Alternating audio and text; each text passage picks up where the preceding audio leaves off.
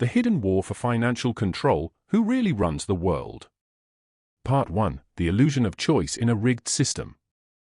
We like to believe we live in a world of free markets, democratic institutions, and open competition. But what if that's just an illusion? What if the real power lies not with elected leaders or even corporate CEOs, but with an invisible network of bankers, technocrats, and oligarchs who operate beyond public scrutiny? This is the hidden war for financial control, a silent struggle that shapes economies, dictates policy, and determines the fate of nations. And in recent years, this war has entered a new, more dangerous phase. The central banking cartel. At the heart of this system are central banks, supposedly neutral institutions that control the money supply, set interest rates, and act as lenders of last resort. But who controls them? The Federal Reserve, the European Central Bank, the Bank of Japan. These entities are not government agencies in the traditional sense. They are privately owned institutions with shareholders, many of whom remain shrouded in secrecy. The Bank for International Settlements, BIS, often called the Central Bank of Central Banks, operates with almost no oversight, yet it sets the rules for global finance. During the 2008 financial crisis, these institutions didn't just save the economy, they reshaped it. Trillions were printed in secret bailouts, not for the people, but for the banks that caused the disaster. The result? A decade of inflated asset prices, stagnant wages, and a wealth gap wider than ever before. The Great Wealth Transfer. Since 2008, something extraordinary has happened. The richest 1% have captured nearly 2/3 of all new wealth created globally. How? Quantitative easing, QE. Central banks pumped money into financial markets, boosting stocks and real estate, assets owned mostly by the wealthy. Zero interest rates, cheap debt allowed corporations and billionaires to borrow endlessly, while savers and retirees earned nothing.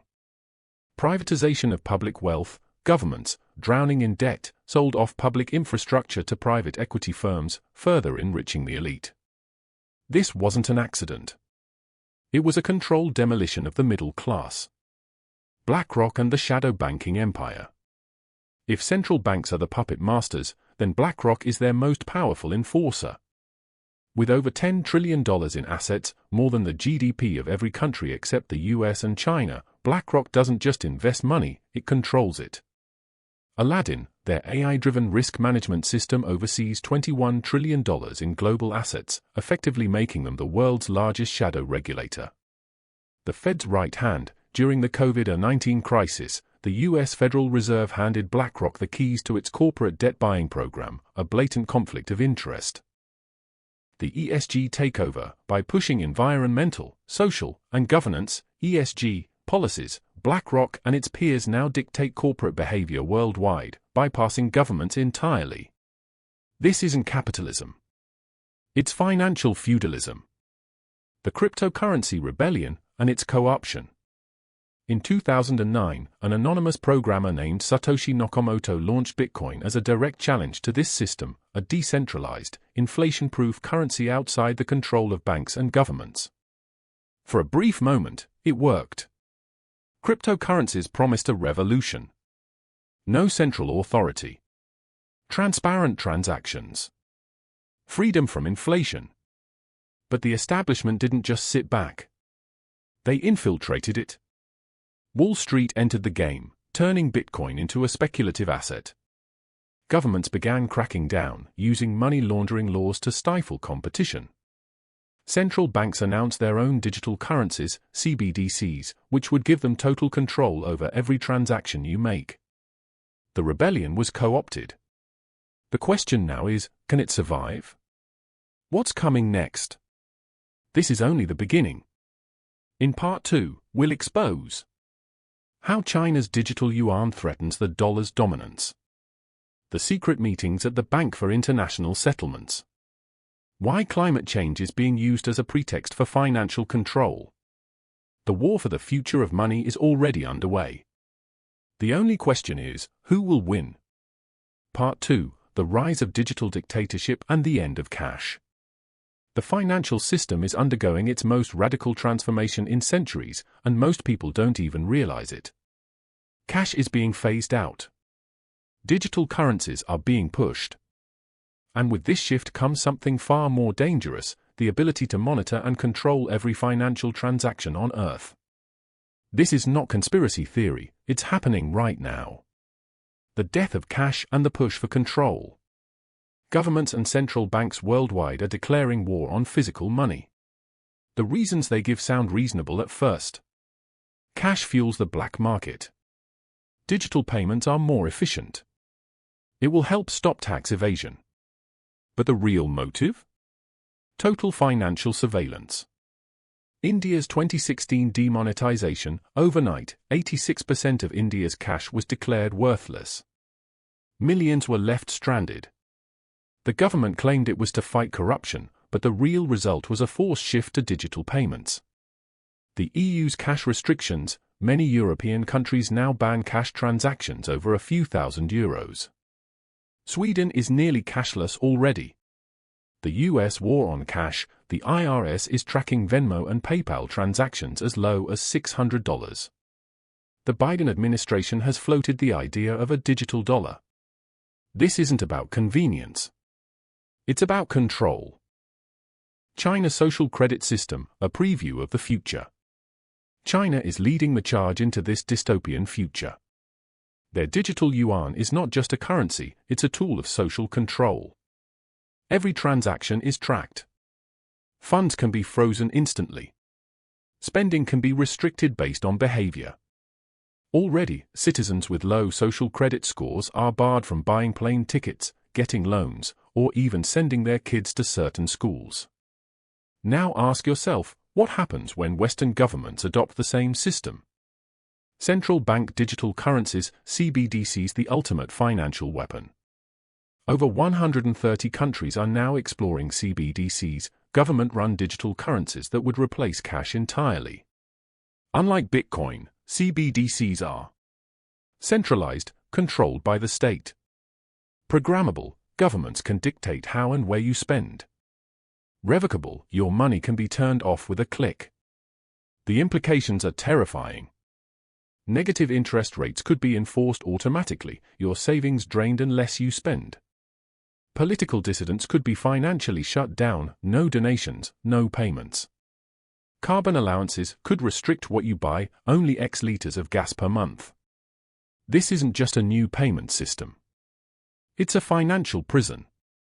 The Great Reset and the end of private ownership. In 2020, the World Economic Forum, WEF, unveiled its vision for the future: you'll own nothing and be happy. This isn't a joke. It's policy.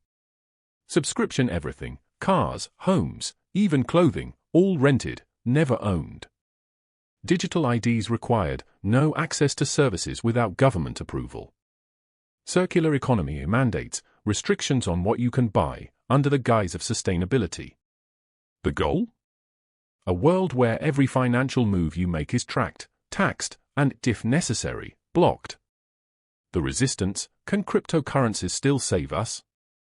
For a brief moment, Bitcoin and decentralized finance, DeFi, offered an escape hatch, a way to opt out of the system. But the elites are fighting back. The SEC is crushing crypto innovation with regulation. Banks are buying up Bitcoin to control it. Governments are pushing for backdoors into encryption. The battle is far from over. But time is running out. What's coming in Part 3? In the next installment, we'll expose the secretive Bank for International Settlements and its plan for a global currency. How climate change is being weaponized to justify financial tyranny. The underground networks fighting back against the digital control grid. The financial system as we know it is being dismantled. The question is, will we resist, or will we surrender? Part 3, the silent coup of global institutions. While the world watches political theater, elections, scandals, protests, the real power shifts are happening in quiet meeting rooms far from public view. A network of unelected global institutions is rewriting the rules of money, sovereignty, and human freedom itself. This is not theory. This is happening now. The Bank for International Settlements, the most powerful institution you've never heard of. Hidden in Basel, Switzerland, The Bank for International Settlements, BIS, operates as the central bank for central banks. Founded in 1930, it exists outside any nation's laws and answers to no electorate. Here's what makes the BIS terrifying. It sets global financial policy without oversight. Its meetings are secret, no minutes, no transparency. It has legal immunity, its officials cannot be prosecuted.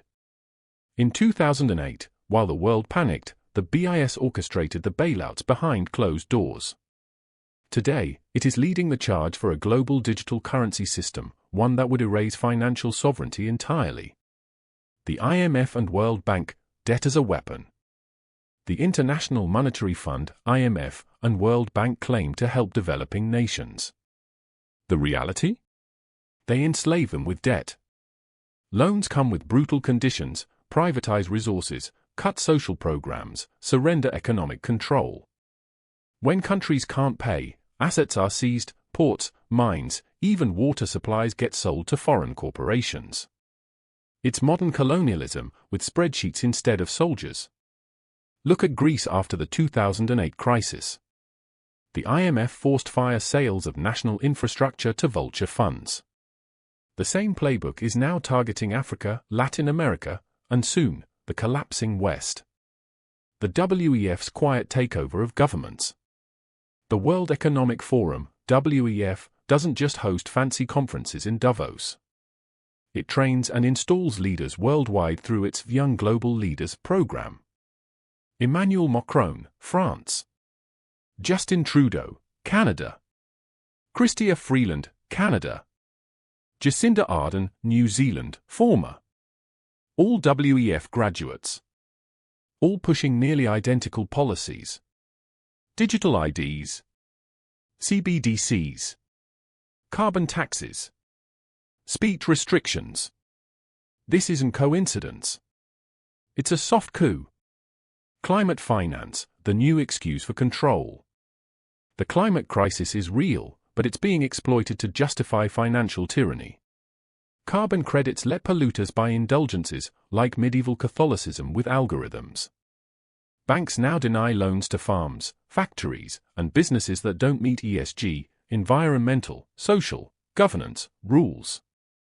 The UN's Sustainable Development Goals, SDGs, are a Trojan horse for wealth redistribution. The goal?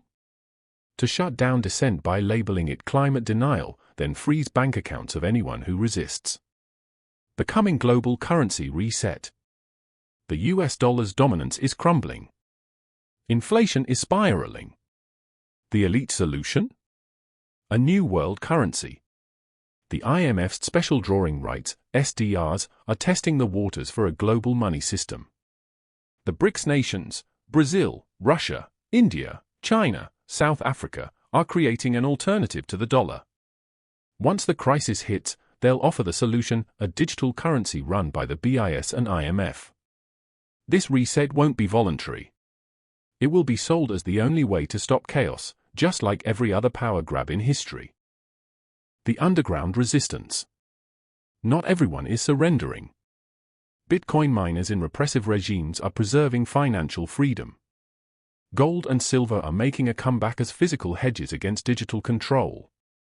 Decentralized finance, DeFi, platforms are building alternatives to the banking cartel. But time is short.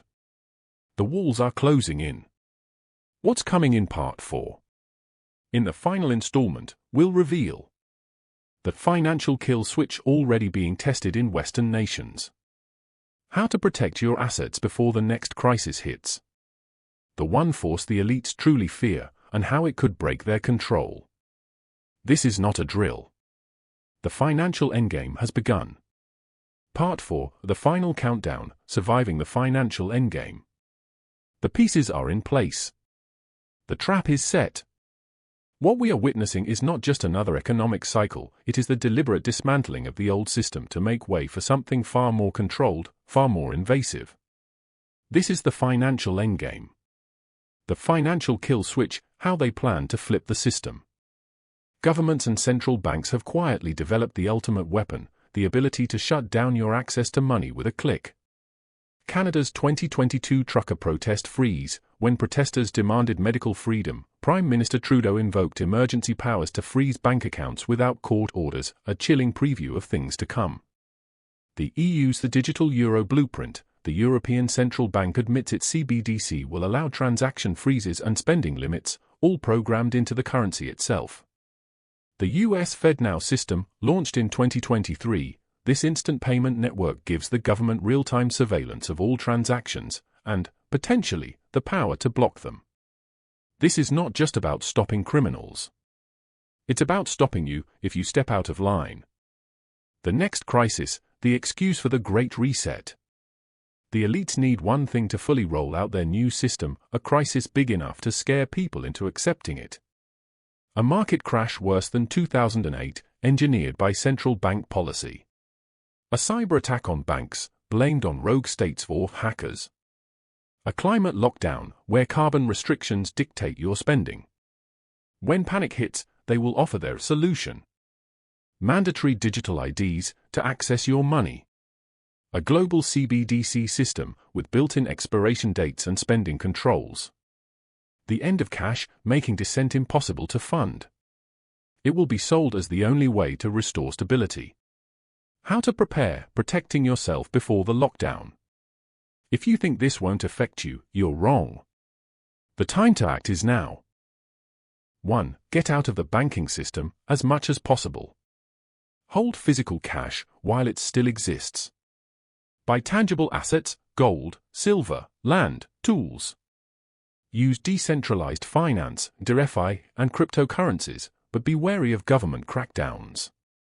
2. Diversify geographically. Open foreign bank accounts in stable jurisdictions. Consider offshore assets, if feasible.